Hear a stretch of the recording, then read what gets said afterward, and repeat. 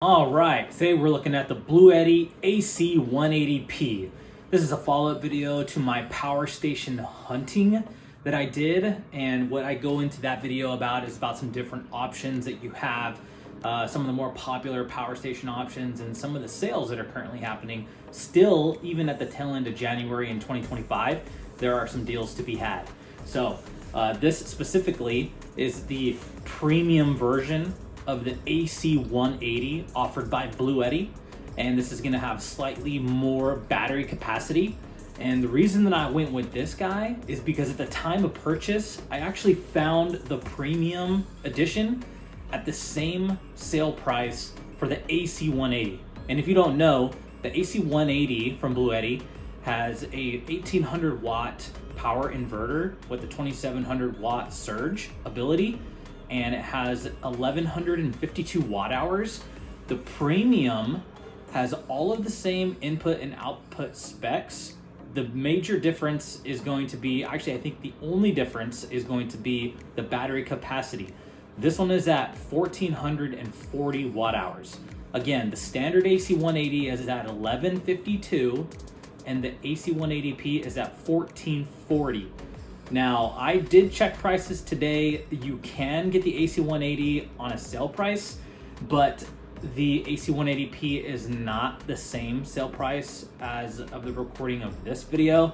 By the time that I got it, it was the same. So this was a killer deal for me. So we're gonna get into this unit right now, and without taking too much time with the unboxing,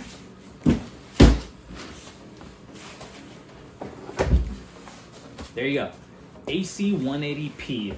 As you'll notice, it has a cool orange color to it instead of the gray or blue that the AC180 standard has. And real quick, I just want to go over some of the specs because I haven't seen a lot of information out there video-wise, so I want to kind of cover that. So what are the options that we have here? So we do have some USB options here. We have 4 of the normal USB options, and then we do have one USB-C. It does have a 100 watt output rating. I don't know if it actually pushes out exactly 100 watts, but you do have that power delivery option there. And then you have the standard AC outlets. You have 4 of them here, up to 120 volts each, a maximum of 1800 watts all together. Again, this is an 1800 watt inverter. And you do have a wireless charging pad on the top of this. It is up to 15 watts of wireless charging, so that is pretty interesting. And then you do have your 12 volt outlet here as well. And then you do have the ability to turn on the DC and the AC separately. The AC will turn on these AC outlets right here, and then your DC will turn on your DC and also your USB connectivity here. So if you wanted to have the power station on standby, you do have that option without having the inverter on, so that you do have access to turn them off and on from the Bluetti app. Now, to touch on the app, this does have the Bluetooth connectivity. It does not have the Wi-Fi connectivity. So I just want to be clear on that. There is another power station of this size.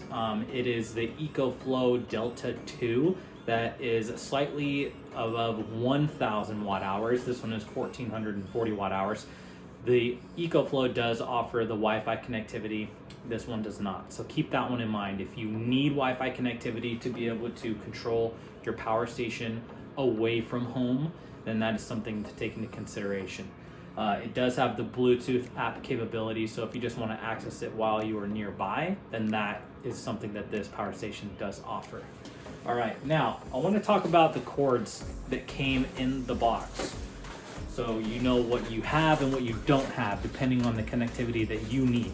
Now, number one, it does have the AC charging, and you'll notice on some of the Bluetti options, the charging cables are proprietary. So you have to buy from them if you ever needed to replace it.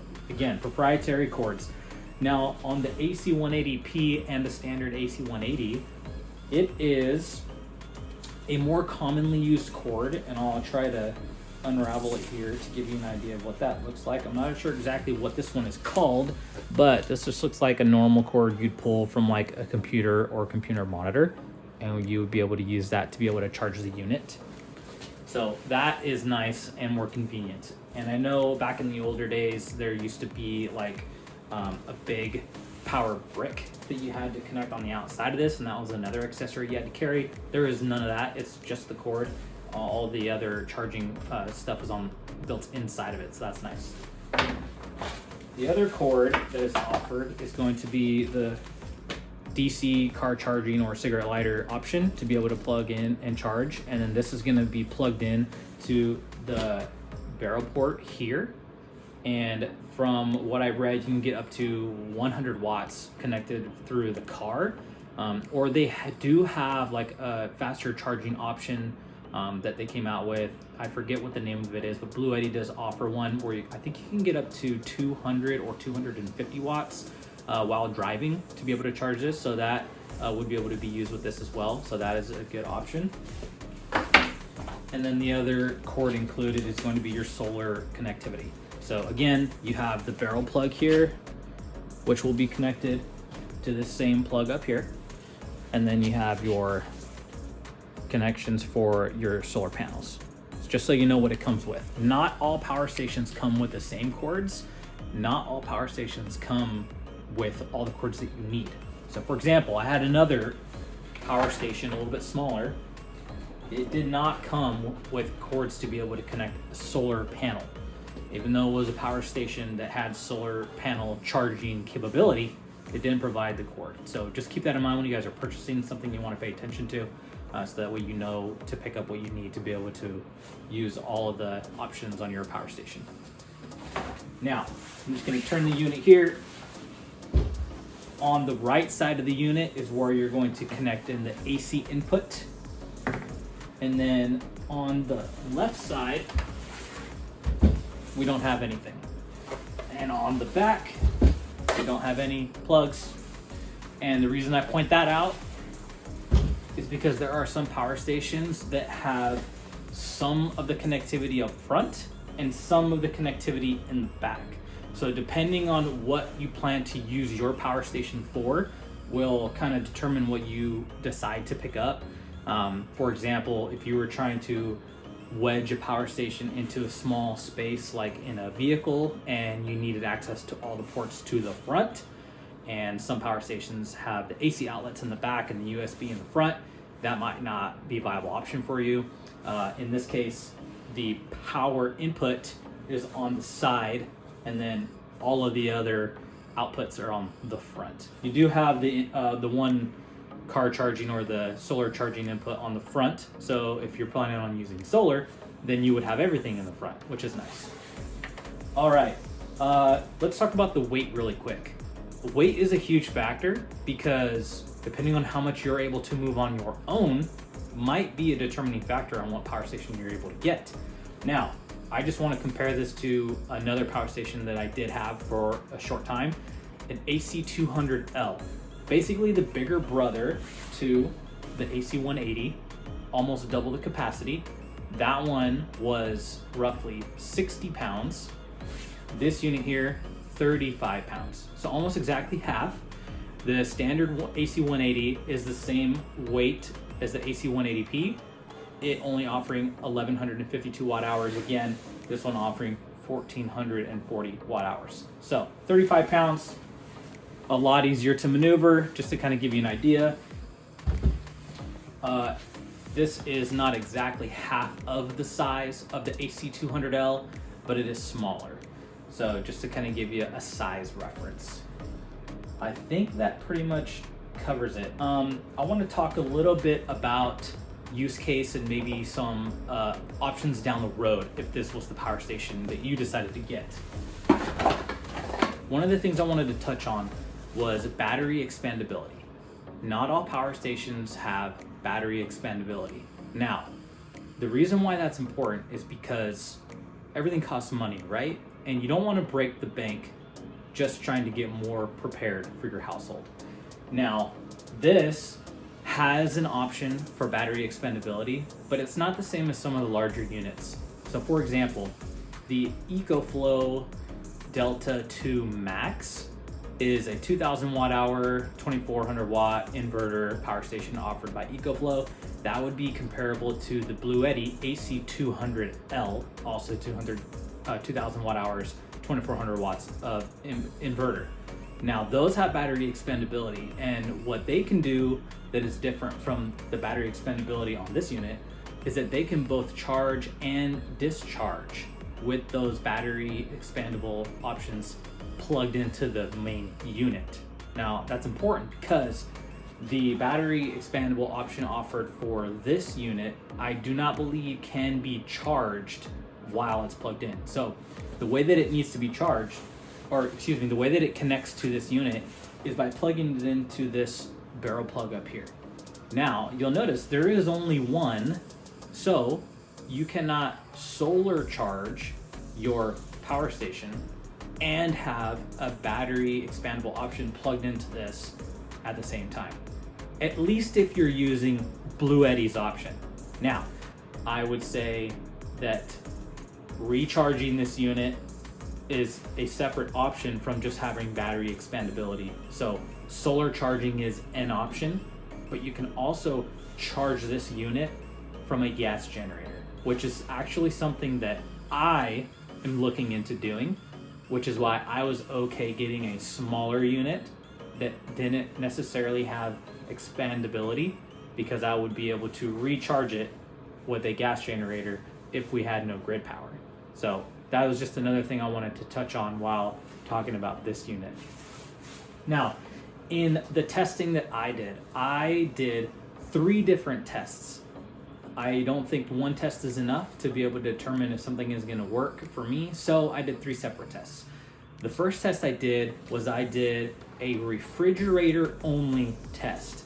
Now I'll touch on some of this in the testing that I will include in this video. 17 hours of runtime for my refrigerator, which was running roughly 180 watts when it was drawing power. As you know, a refrigerator will turn itself off and on to be able to run. And for this unit with the 1440 watt hours, it was able to run it for 17 hours. This is another good comparison to the standard AC180. The AC180 only has 1152, roughly 300 watt hours difference. But for whatever reason, real world testing, again, I stress is important. Real world testing, the AC180 at 1152 watt hours only ran the fridge for 10 hours. 10 hours, 17 hours. And again, I picked up both units at the same time for the same price. So I ended up keeping the AC180P for that reason alone. And then in my other testing, what I did was I started to just add more power draw to the unit so that I can see what could I realistically run and for around how long, because I want to know, am I going to be able to warm up food in a microwave? How long am I going to be able to run my fridge if I'm also using the microwave? Or I'm a coffee drinker. Currently in the middle of January, it's cold, so in the mornings a nice warm hot cup of coffee is awesome. I want to do that and be able to run that off of this as well. If I don't want to use my propane grill outside in the freezing weather, I will be relying on the microwave. Or in the use case where I'm not home and my family is home and they need a power option, if the grid goes down while I'm away at work, they can just plug this into the appliances that they need, or rather the appliances into this unit, and be able to run things without having to go outside, start a gas generator, and then all that kind of stuff. So just wanted to touch on a few of the specs in case you didn't know what the AC180P was offering, and then now we'll get into some of the testing.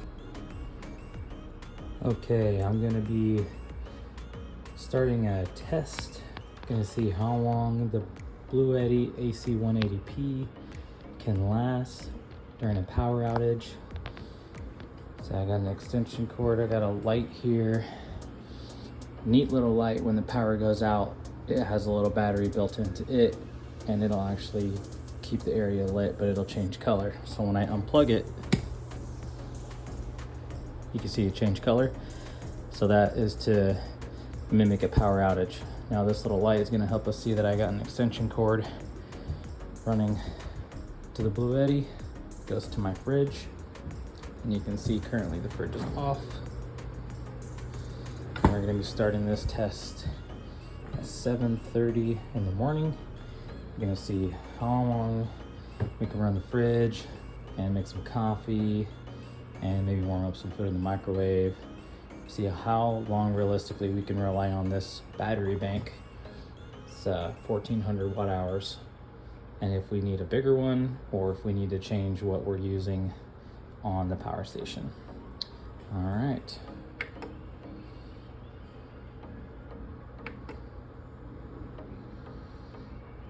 Turning the AC on.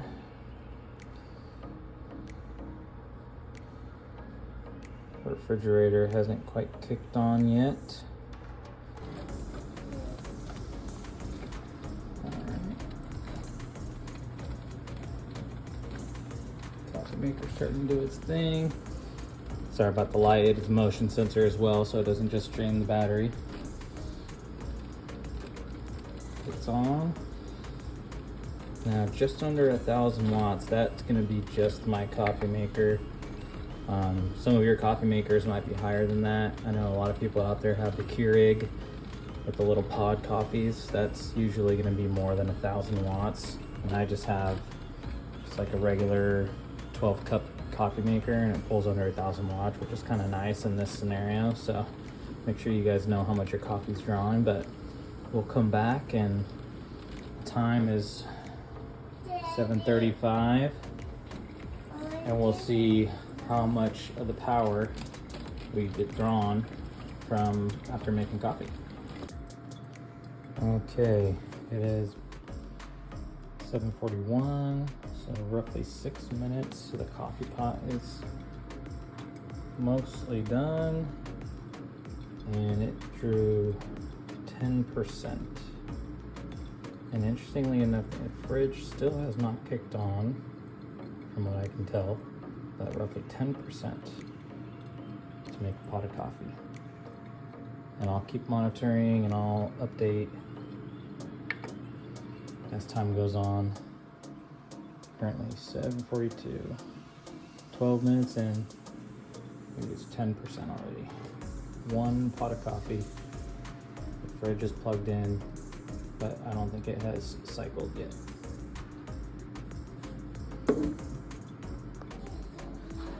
All right, checking in. It has been an hour and 15 minutes since we started the test, and we are at 81%. Again, we've only had the refrigerator plugged in, and I made a pot of coffee, and it was about 10% to run the pot of coffee, and it's been on with just the hot plate, and it took around another 9%. Now, to be honest, I probably would have turned the coffee maker off after the coffee was made, but this morning my wife was getting ready for work, and so I didn't want to disrupt her day, and I let her make sure she get a hot cup of coffee for her drive to work, and so that's why it's been on continuously. I didn't want to change what our normal routine is too much because I wanted this to be a realistic test. So at this point, that 140 watts, that is for the hot plate that it turns off and on.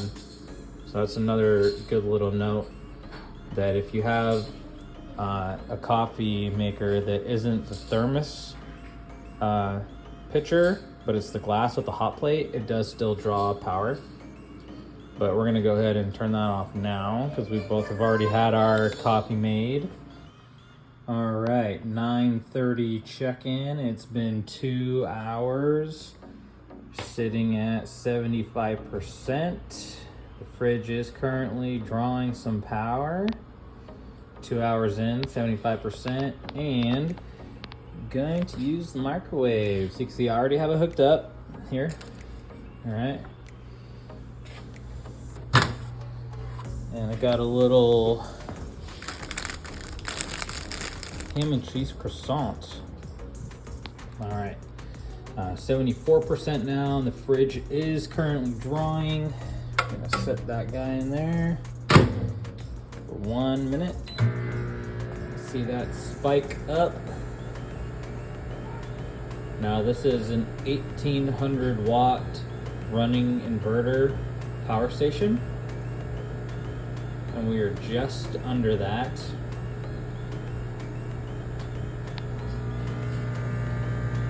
Seconds to go. Started at 74%. Let's see how much juice it draws by the time it's done.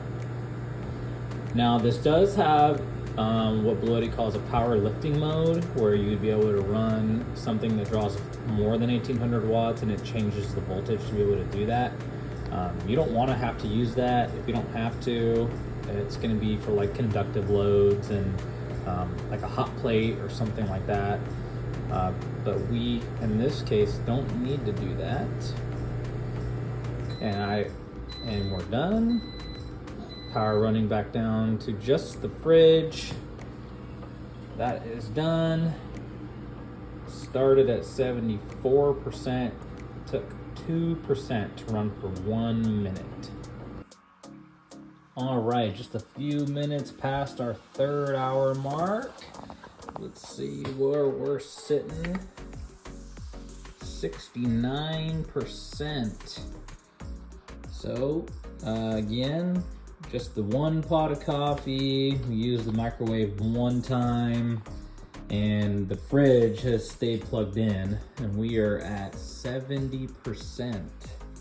So far we're averaging 10% an hour. Don't have anything planned to use right now in addition to the fridge, so we'll check back in another hour, and maybe around that time we'll start doing some extra load on this power station. So far so good. All right, just now hitting 11:30. We're doing an update, checking in on where we are. The power station, 61%. So just another recap. 1 pot of coffee. We used the microwave a couple of times. The fridge has been plugged in the entire time. Currently, that is the only thing that's drawing right now, the fridge at 140 watts. And we're getting ready to warm up some food for lunch, and as we are warming that up, we'll talk a little bit about some more options for warming up your food. Now this is going to be a little bit more intense.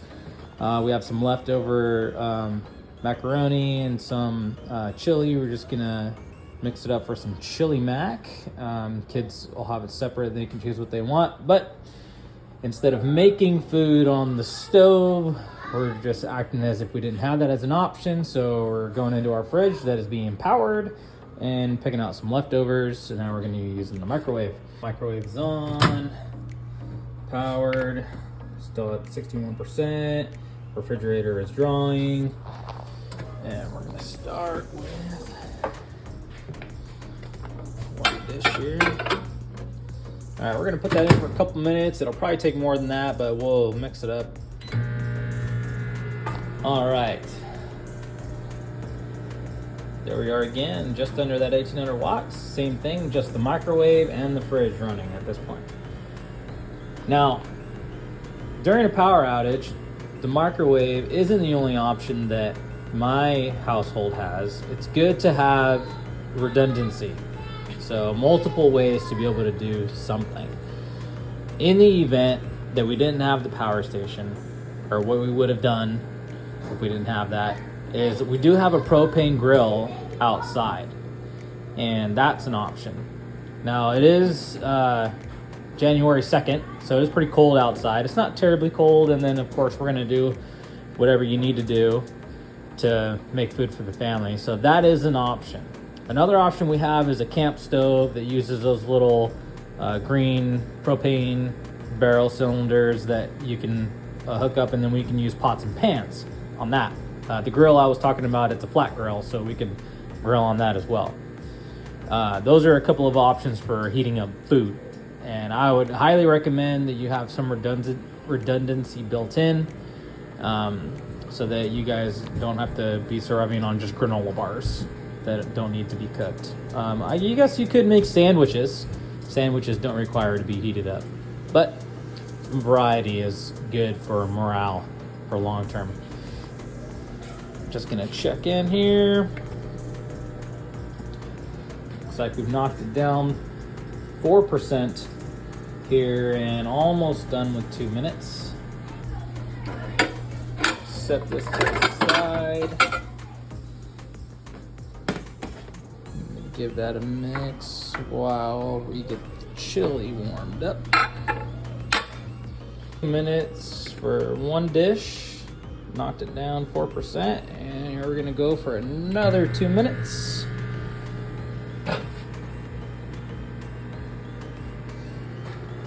Another thing you could do to make some food that isn't a microwave is electric kettle. An electric kettle is going to draw somewhere around the same or less. The one that I have actually is just under 1,000 watts. And this one is just at 1,400 watts, the microwave. You can warm up a cup of noodles or like a mountain house. Freeze-dried food in like a Mylar bag. There's other like hiking option foods or like prepper food type things, and all you have to do is add hot water and that's a whole meal in like 10 minutes. That's another option as well. I did have somebody ask me to test out an air fryer. Don't currently have an air fryer, but that is a really good thing to test. I do have a crock pot. Not sure about the power consumption on the crock pot. Slow cooker is another name for it, but that would be another good option for like if you were making something, took a little bit longer to actually make it, maybe like a chili from scratch or something like that. That would be a good test. Let me know if you want me to do that one. Now we're actually gonna check this. I don't want to just say 2 minutes was good enough. I'm actually gonna try and mix this up to be warmed up a little bit more. If you're curious, this was a homemade baked mac and cheese. I'm just trying to warm it up here. I got a feeling that's still pretty cold. And again, this is real world testing. So I don't want to say that 2 minutes was enough. That's like lukewarm. I would definitely warm that up a little bit more. I can grab this pretty easily with my hand. It's not that hot. We're gonna put that in for another minute. And while that's going, we're gonna check the chili. Also lukewarm, so I think another minute would be good there. Now again, just trying to keep this test realistic. Got leftovers that were sitting in the fridge that we're powering, so it is still cold. Wanting to warm it up to a desirable temperature. Sure, you can eat it cold if you really wanted to, but you know, warming it up is better. And I have kids and they're young and I don't want them to be too miserable while I'm just in the testing phase. So that was another minute. It was at 53, that took 2%. And that wattage must be from the light in the microwave. Let's test it. Close the door, open the door. Yeah, okay, interesting. All right, I'm gonna swap that everywhere. No, thank you. All right, just checking in, 51%. Give it another minute. Check the Mac. There we go. Much better. And then this way, excuse me. By the time that one's done, and I prep the plates, mix it for myself, separate it for the kids, it'll probably be that perfect, just over warm, not too hot. And that was approximately 3 minutes for each dish. Let's see how much power we are left with after that. So again, 11:41, we're just over 4 hours in to testing this power station. There we go. Just over 4 hours in, 50% left in the power station, which is great. We got lunch ready. We started the day with coffee. The kids had some breakfast. Didn't require the microwave.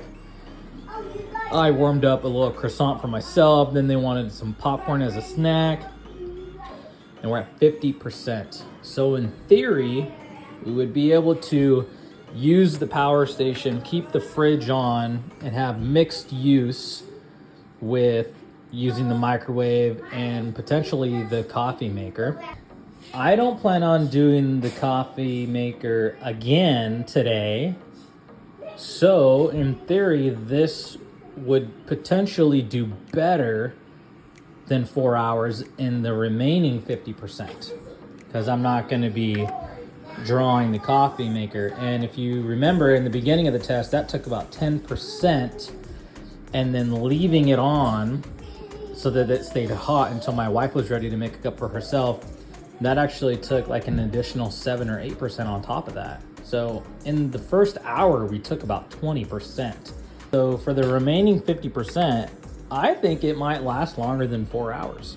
So right now we have the potential of 8 hours of runtime for the fridge being plugged in the whole time, and then mixed use of the microwave, coffee maker. Very interested to see what happens. Since I don't have a lot of plans to use like the microwave, coffee maker in the next few hours, I think we're gonna go ahead and go past the next hour mark. We're gonna go 2 hours. We're gonna see where we go there. All right, we are 6 hours into the test, 1:30. Blue Eddy AC180P, let's see where we're at, 41%. All right, coming up onto the next hour mark, the 3:30. Again, we started at 7:30. So we're looking at 8 hours into the test. 31%. Now, when I initially tested, here, let's turn this little light on. There we go. When I initially did this test, it was just the fridge only, because that was kind of top priority. 17 hours by itself. And so now we're testing with actually using other appliances, and 8 hours using roughly 70% is really impressive. Now, one of the big questions that I have going into these next few hours is, at what point do we need to recharge this power station, and with what? Currently, I don't have a solar panel. I do have one on order because I want to be able to test with a solar panel and see how much longer I can prolong a test like this. And then I've been thinking about getting a generator as well, a traditional gas generator. I've never had one before, so I'm a little bit unsure about what direction to go with. Anyways, just checking in on the 8 hour mark. Starting to get real interesting. 31% left. It's just past 3:30. We'll give it another couple of hours and we'll check back in to see where we're at. But this is shaking out to be a pretty awesome result. All right, about 22%, 5:35, a little bit past dinner time. So it's about time to start thinking about what we're gonna do, whether that is to use the microwave and it could go down even more, or I can do the propane grill outside.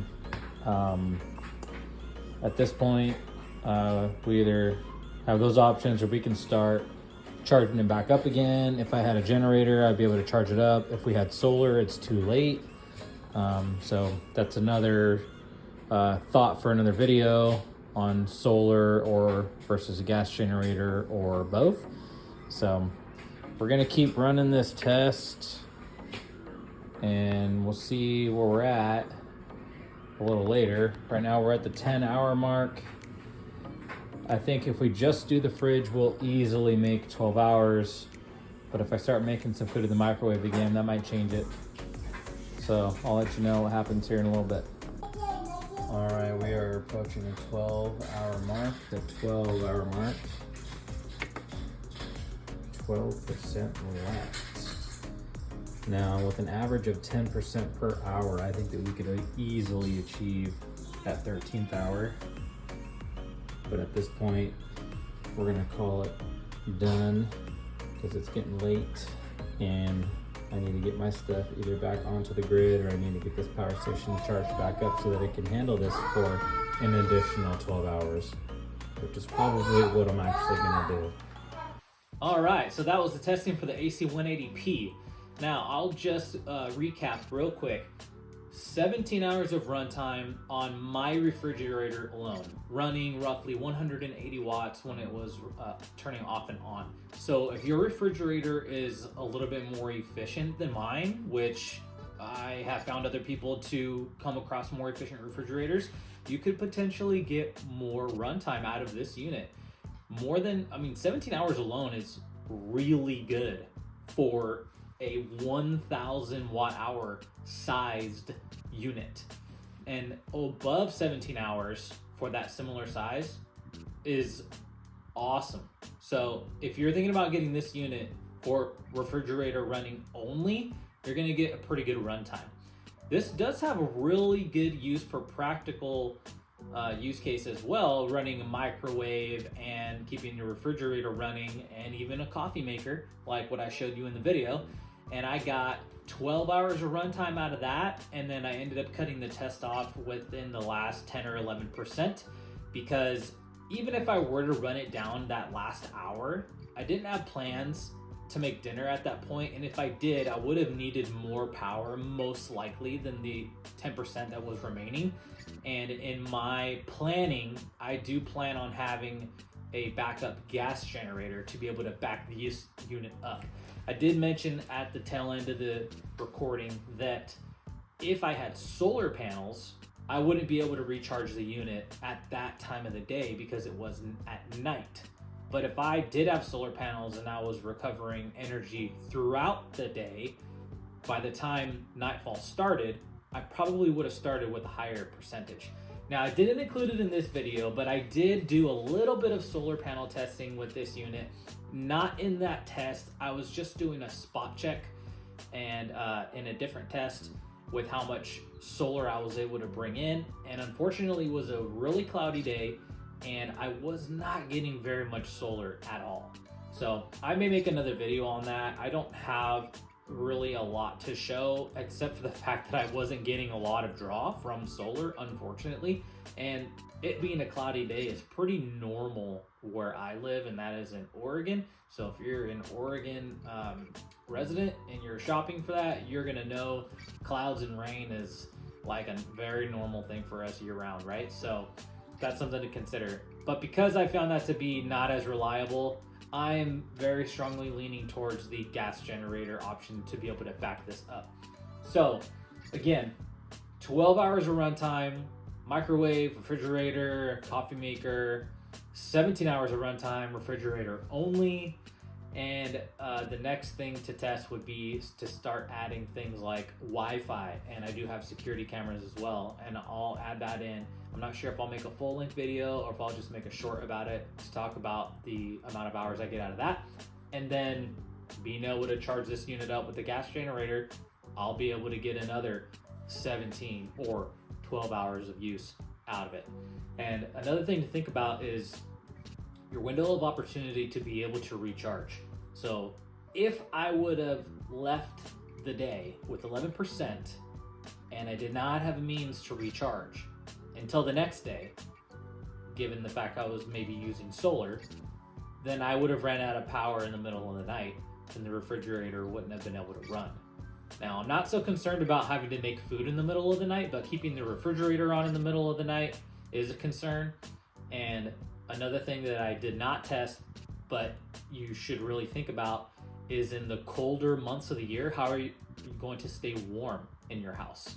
If you plan on running something off of a power station to be able to keep warm, just know you're gonna burn through the battery very quickly. Those are high draw items. A perfect example is a space heater. Space heater, very common to pull 1500 watts, and that's gonna run your battery down really quickly. I did a short video on that where I probably could have got an hour and a half out of the AC200L, the larger unit, and this is a smaller unit, so I'd be lucky to get an hour. So that's not really viable. Another thing that you could consider is doing a heated blanket, and to be more efficient, you would want to run it off of the DC instead of AC. So that's something to think about. If I had my gas generator to recharge my unit, I would also be able to use that gas generator to run things like space heaters. And just to kind of bring it back full circle, if you are unable to get back to your power station to recharge it, then I think that that window of opportunity is too small for your use case. If you need a bigger window, for example, more than 8 hours because you leave your home for 8 hours to go to work and then come back, if you were only running your fridge and your power station wasn't able to provide more than 8 hours of runtime, then you may need a bigger unit. Or you just run the risk of having to deal with potentially your food going bad, or maybe in the middle of your shift on your lunchtime if you have the ability to run home and recharge your unit, but most units are gonna take an hour to fully charge. So that's something to consider. Even if I'm running my refrigerator and if somebody's home and using a microwave and coffee machine, that gives me 12 hours. So for me, this is an awesome option. And for anybody else trying to do something similar, I highly recommend this unit to you. 12 hours of, I would say, bare minimum use with being able to heat up food and coffee.